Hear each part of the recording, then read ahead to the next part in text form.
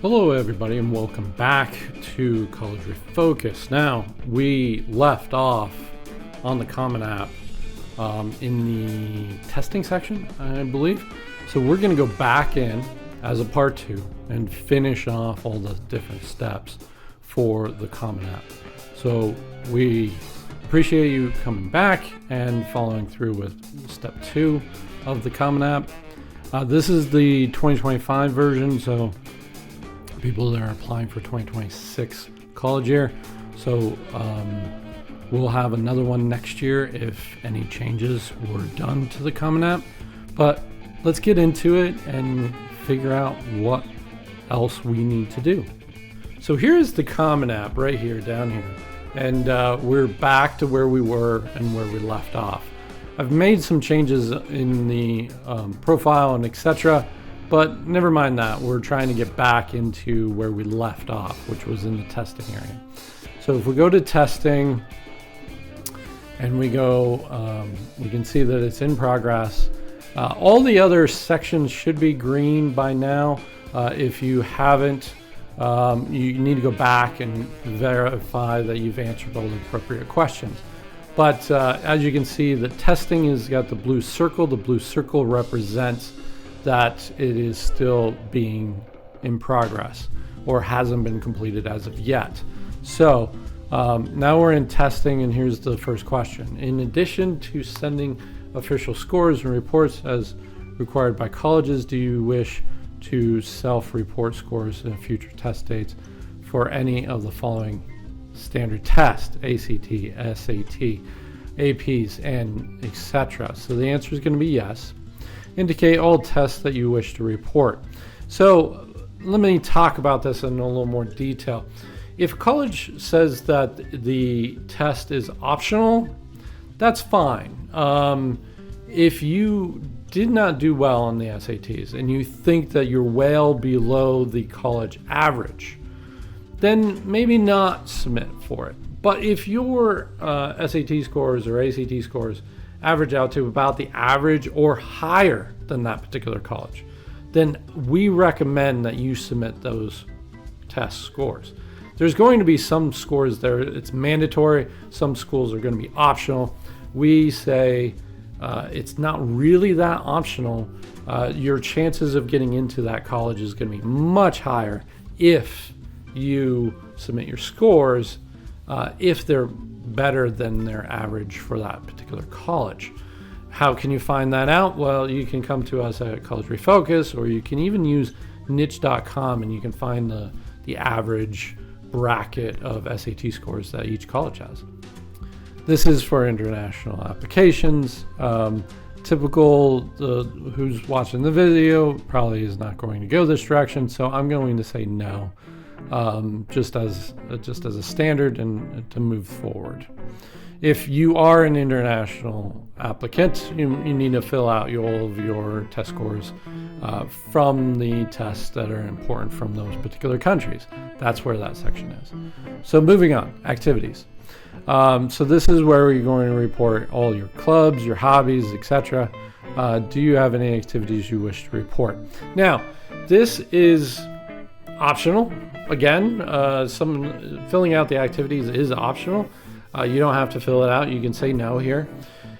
That's the wrong choice. Realistically, the right choice for most applicants, almost 100% of the applicants, is going to be that you say, here are my activities. Now, you don't want a giant list of activities where they have to just skim through it. You want to have items that you've made an impact, or you've prioritized those particular activities, or it's something that you really love to do, and you're looking at that particular college as something, a place where you might be able to continue those interests and those clubs and those and whatnot. So if you started off in the robotics club and you made an impact and you did it for a couple of years and you were really into it, you better show that, right? And especially if that college has a robotics club or a robotics program, you need to be able to show that you have that interest in those activities. Other things that you could be showing here is community engagement. If you took time out of your busy schedule to donate your time at a community outreach program or whatever the case is, list it. It's all of these are good things to be showing. The question is how do you prioritize it? Meaning, you probably don't want to have more than 10 of these activities. But if you have a couple primary activities, even up to 10, I would like to see 5 to 10 as where your number really is the most optimal. But you don't want to just go on and on about all these little things that you joined, or little things like you spent 5 hours at cleaning up the side of a road, whatever the case is. Something like that, maybe you don't need to show it if there are higher priority items. What I tend to do when filling this out or having clients fill this out, is I have them write in everything. Then we go back and we refine it and remove certain items. So, for instance, let's just try engineering. How about robot? Okay, robotics. So the type of activity is robotics position. Let's just say you're a captain of the team. Sorry if I'm spelling that incorrectly. Yep. Organizational name. We're going to say, XXXX high school robotics team.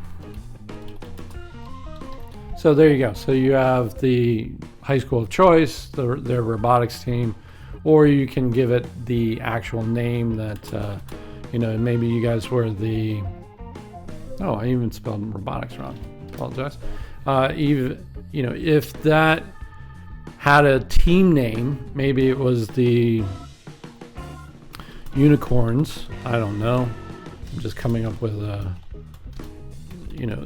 robotic unicorns, maybe.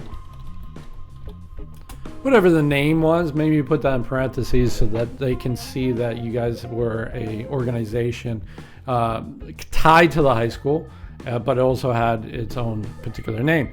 Let's say you had a robotics club, but it was outside of your high school. Well, then you just put in that name, right? So maybe it's robotic unicorns, Vex Robotics team. That's fine, totally fine. It's something that you want to make sure that you're representing it correctly. If it's part of the high school, then connect it. If it's not, then connect that. Same goes for sports. Here in South Carolina, we have CISA, which is the Carolina Soccer League. That is not connected to high schools, but it has high school level teams. So there are ways to show that you're a part of those teams, and also you might have been part of the high school soccer team or one of the other. You want to make sure that you're representing those correctly, whatever the club or the team or the event was. You want to have it labeled as well as you possibly can. Please describe the activities, including what you accomplished and any recognition you received. Now, this is only 150 characters. That's very small. But what you want to do here is you want to do a star method. So star method realistically means a lot of detail and a lot of numbers. So you want to say, in this particular case for robotics, 4 years as captain,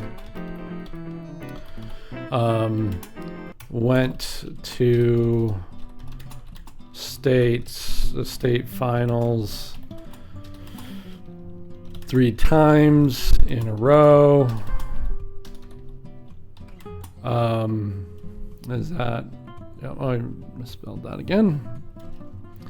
Went to state finals in a row. Awarded 12 times. So let's use that as our example. We're showing what the title was, or the placement of your team was. It shows that your team was successful and went to state finals 3 times in a row. It also shows that you got awards 12 times. You could start listing out all those awards, but we're going to keep going. I think that's probably close to 150 words. So, you want to show numbers, you want to show impact, you want to show a team mentality, you want to show all those things in only 150 words. So do as best as you can to fit all, or 150 characters. Do the best you possibly can to make sure you get all of it in there. So we did it for all 4 years. Timing was during the school year. You can do it all year or during school break. Hours spent per week, let's just say it was 20. Weeks spent per year, let's say it was 15. I don't know. You have to look at your starting point to your end point throughout the year. Make sure that you represent that correctly.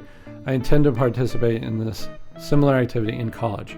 If you do, say yes. If you don't, then that's fine too. So that is our first one. Now you can see that took a lot of time, but again, enter in as many as you think you need to really stand out, to show all the things that you've done. So maybe we also did athletics club. So is there some sort of math elite type thing here? Rugby, sports, handball. Okay, so this is the athletics. Oh, I'm sorry. So I said athletics club. So, or let's see, athletics, JV, and varsity. Let's say that we were also part of the baseball team. What position were you? Pitcher. Name of the organization. So it's going to be blah, blah, blah, blah. High school baseball team. And if this is your JV and varsity, so if you let's say you came in as a freshman, you were on the JV team, you were a sophomore still on the JV team, and you were a captain, and then you went to varsity and your junior year, and then you were a senior and you're a captain of your senior team or your varsity team. That's the kind of thing that we would want to see or spell out during this 150 characters. So we're going to say we did it for all 4 years. We did it during school year, and baseball can be a little tricky. Sometimes it's summertime, and sometimes it's before school and after school. So baseball could have been, we'll just say it was all year. Depending on your circumstance, please enter in as much as possible. So how many hours a week did you put into the sport? We're going to say it's 5. How many weeks? We're going to say it was 9. I don't know. You're going to have to look at your schedule and see how much of an impact there was. If you are not going to attend this activity in college, you're going to say no. Do another. I'm going to do some sort of mathlete, or no, some sort of volunteer work. Let's see if we can find that. Work paid. If you had a job, please post it. It's actually a good thing to show that you work at a regular job. Community service, volunteering. Okay, so we're going to say created my own a nonprofit, $40,000. Cancer research. This nonprofit, you raised $40,000 for cancer research and gave it to St. Jude's or whatever the case is, right? So, you created this nonprofit. It might have been in memory of your grandmother or memory of your grandparents or whatever the case is. You created this nonprofit, you collected a bunch of money, and then you gave it, or you used it to do research, or you gave it directly to the researchers, whatever the case. Do it. State it. Show it off. You don't want to be braggadocious about it, but you want to show the impact. You want to do the STAR method. You want to show numbers. You want to show detail as best as you possibly can. Oh, I apologize. I put it in the wrong section. So it is here, and the organizational name was Kevin's Cancer Research, for a lack of a better name. Okay? So we did this, and this. We We did it all year round. How many hours were spent? We're going to say it was 6 hours. You can't add up too many hours. If you have all these activities and they all add up to over 40 hours a day, you're going to have a problem. It's not going to look right. How many weeks of the year? 52. Do you intend to participate in this activity in college? And the answer is yes. So that gives you 3 examples of how to fill this out. There's a club, there is a athletics or sport, and a charitable activity. So volunteering. If you went to a soup kitchen every Sunday, fantastic, put that in. So all those type of things, you want to make sure that it goes in well and it shows well and that you hit that 150 mark. You don't want to make sure that you get 149 characters on any, on that 150 limit. Anytime that you're bumping straight up against the 100, the character limit or the word limit, they notice. They recognize it. They think it's AI. They think it's also you over-examining what you're writing. So be careful of that. You don't want to just be straight up against those hard walls. You want to be a little more lenient on yourself. Make sure that you are stating what you need to state, but don't just keep dragging on. Okay, responsibilities and circumstances. So if you are, if one of these impacts you, or was impacted by you, or you operate in one of these, you need to make sure that you say yes. So for instance, if you did farm work, you want to hit yes. Provided transportation and family members a household. So what that means is, maybe you have a younger sibling and you took them to school every day, or you have a grandparent that is not driving anymore and you drove them around. That would be great. Make sure that you entered that in. Working at a paid job to contribute to the household income. If that's the case, if that's your case, make sure that you click it. Again, filling this out as honestly as possible is always the right thing to do. Please select which circumstances you've experienced. Community 60 minutes or more to school each day, experiencing homelessness, living without constant heat. Any of these is the case, click whatever it is. Make sure that you're open and honest with us. Okay, so now we're in the writing section. Please, some colleges require submissions and personal essays with your Common App. You may submit a personal app to any college, even if it is not required by that college, which is a good thing. Going above and beyond is always a good thing. If they say it's optional, great, that's fine. If they allow it, then submit it, right? Make sure that you do that. So I understand this. So for instance, these are current lists. This is a list of colleges, random list of colleges that I have, that I've been looking at. And here is a current list of colleges on your dashboard and whether or not they require a personal essay. So all of these would require a personal essay. These do not require a personal essay. But in that particular case, even though it might not be required, if it can be submitted, then I recommend it. So the essay demonstrates your ability to write clearly and concise on the selected topics and help you distinguish yourself in your own voice. The application won't accept a response shorter than 250 words, but the cap is 650 words. So you have to be between 250 and 650. I recommend that you go and write this in Word or Google Docs.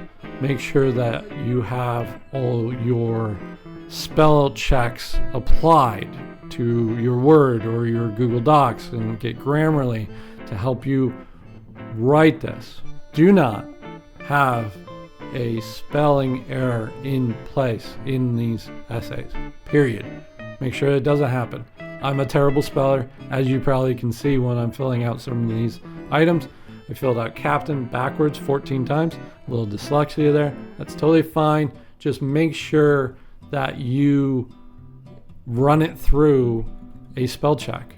Make sure that it's totally good and your best effort and your best foot forward.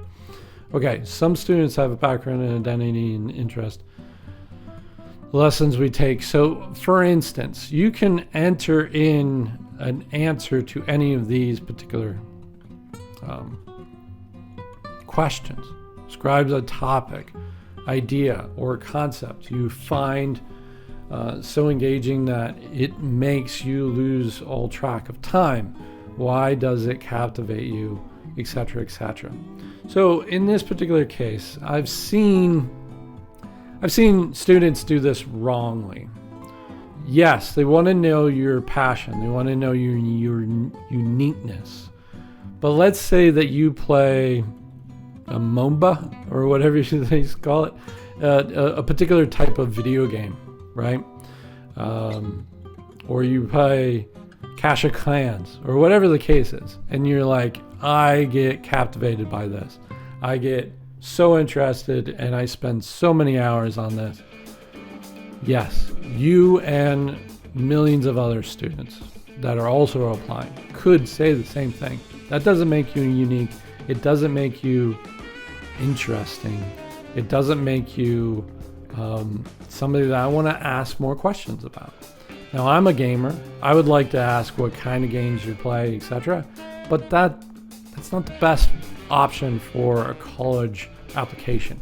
What you want to be doing is answering questions. It's one of the questions that the administration is going to ask when reviewing these applicants. So, are they going to make it through my college? Are they going to graduate and go get a job? This is question number 2. Question number 3, is that job going to be really good? So they're going to give me donations back to the college because they got set up so well because of our college. These are the 3 kind of questions that they want to ask.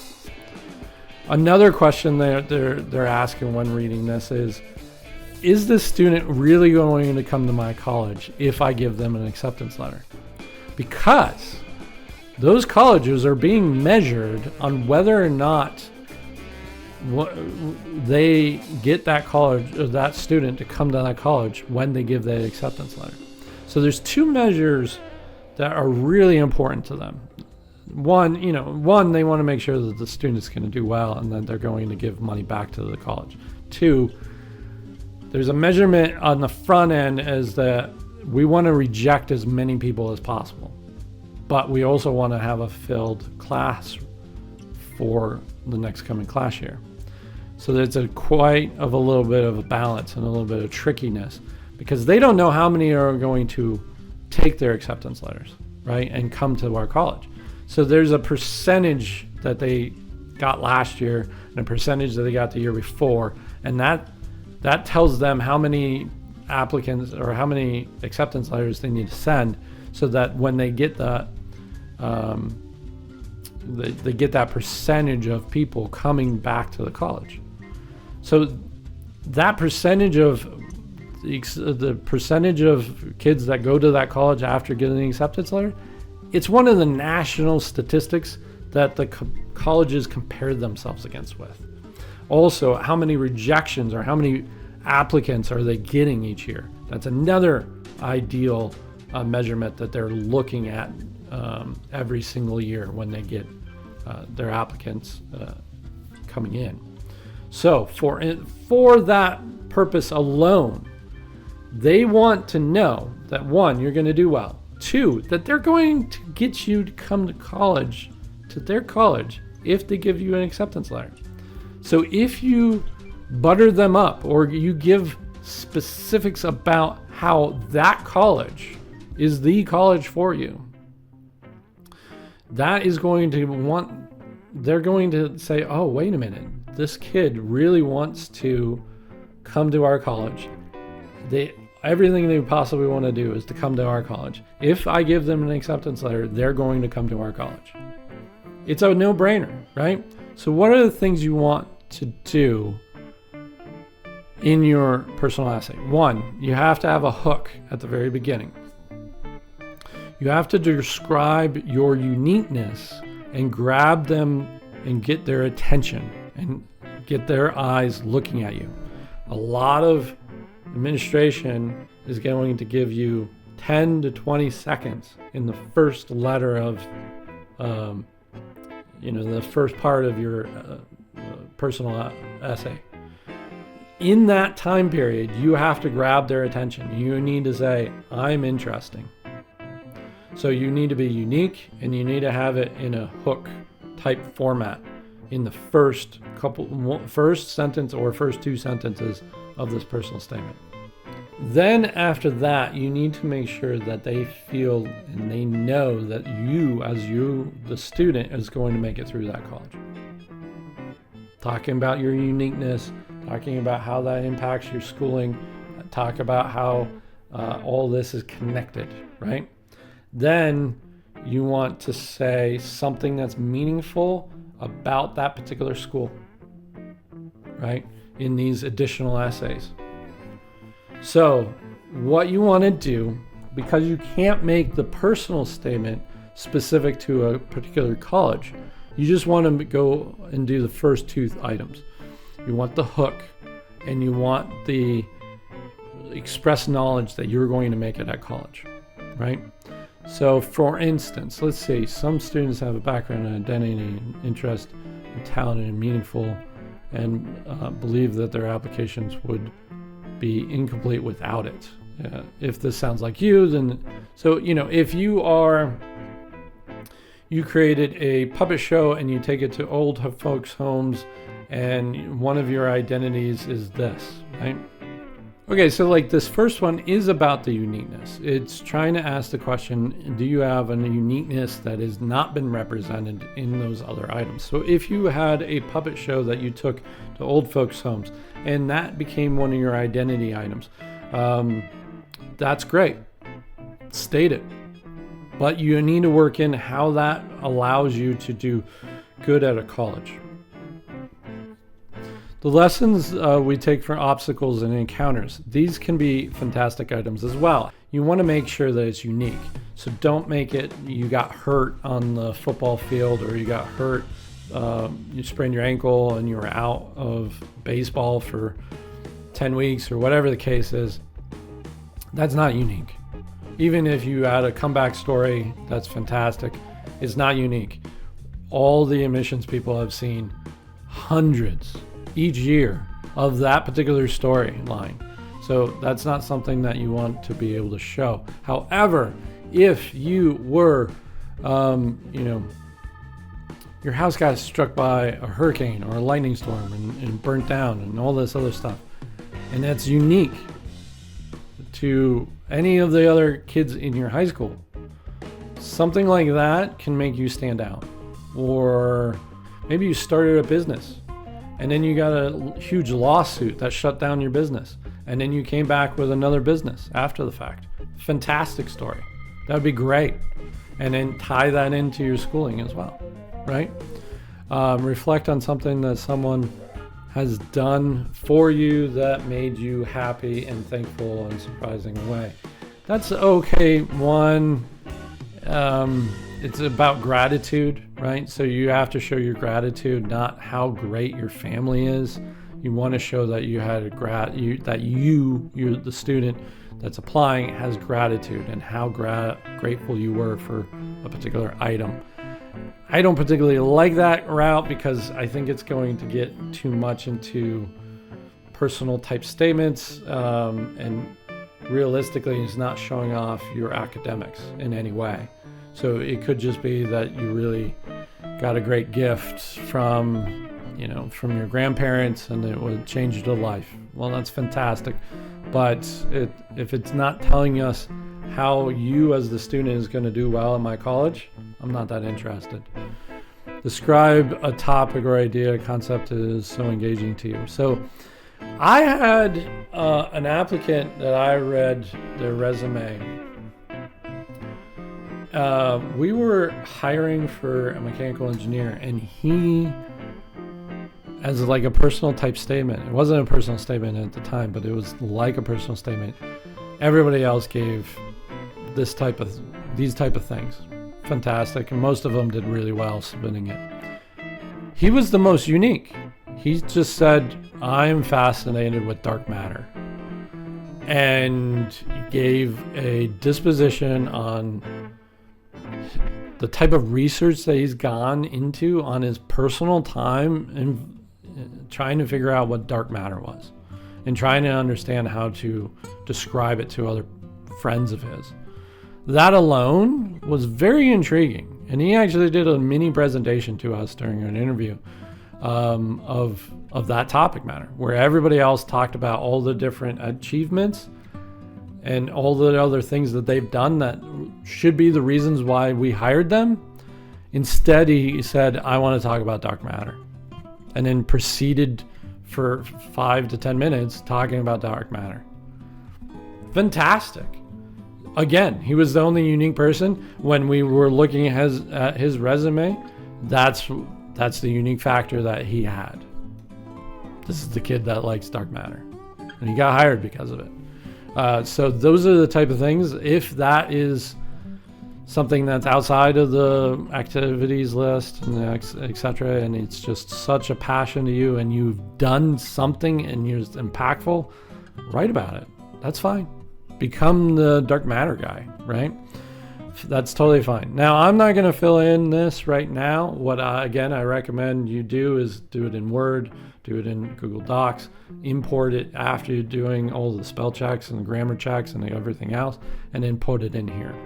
When you do that, make sure that when you're in Word that you have a word count, you will keep track of how many words there are so that you're in between the 250 and the 650. Again, if you are at 649, the administration is going to say that's not a good essay, just because they're looking at this and saying, oh, they're maxing it out, right? I've seen and heard of a lot of students getting rejected at the 649 mark. So just be aware of that and just try not to do that. Be natural with your speaking. Give as much detail as you possibly can, but be natural with it. Don't try to force too much into this personal statement. If you need help writing this personal statement or writing this personal essay, please reach out to us at College Refocus. We can help you get more clarity as to what it's going to be written on and how to write it, and how we can actually do reviews with you and make sure that you're doing it all correctly and putting your best foot forward, right? We won't write it for you, but we will definitely give you some brainstorming activities to make sure that you have the best personal essay that you possibly can. Additional information, let's keep going here. If you had personal problems in your life, and for instance, here's the natural disaster one. If your house got hit by a hurricane and washed away, discrimination was put upon you, community disruption, violence, protest, whatever the case is, and you want to talk about it. It's kind of like the extra essay, if you will. If these impact you in any way and you really want to talk about it, please go ahead. Is it a good thing? Is it a bad thing? I think it's a good thing if it creates more uniqueness. You don't want to have it. It cannot be a pity party, right? You cannot just throw down how terrible your life is. You also cannot use it as a leverage point, meaning like, my house got hit by a hurricane, so therefore you should put me into college. There's no there's no impacting them with this. All that you can be doing is telling your story. So if your story is that your house got hit by a hurricane, landslide, etc., you were out of high school for half a year, or half a semester because of it, and it impacts your grades. Definitely make sure that you have this included in the whole conversation. Again, you're not there to make a pity party and try to get money for your house or money for yourself in this regard. What you're trying to do is try to tell your story. So if that is part of your story, then please go ahead and make sure that you enter it. I'm going to say no, and just to move along here. Additional details and qualification not reflected in applicants. So if this is one of the ones that I recommend that you do, so would you like to share additional details and qualifications not reflected in your applications? What is it about you that makes you unique, makes you amazing, makes you a person that they want to pull into their college, that hasn't been inputted so far? We've inputted a lot. We've done the grades, we've done the test scores, we've done the activities, we've done the list, we've done all this. If there's something else, enter it. Also in here, if you have a website, like a maker website, enter that in. If you have a resume and it covers in additional items that it wasn't represented so far, enter that in, or the web link that takes the person to the resume. If you have a photo collage and it's accessible externally, you can enter in that. Art portfolio.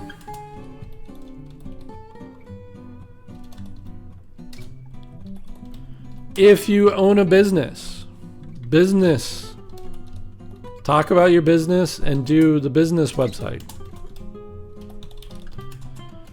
If one of your activities was not represented well in the 150 characters, here's your opportunity to go further with it. So maybe with that robotics example, just as an example, maybe you can say that you had to overcome a bad team member or a team member that had disabilities or whatever the case is. You can go into more detail there and not have it included in your personal essay. That is something that can be put in here as well.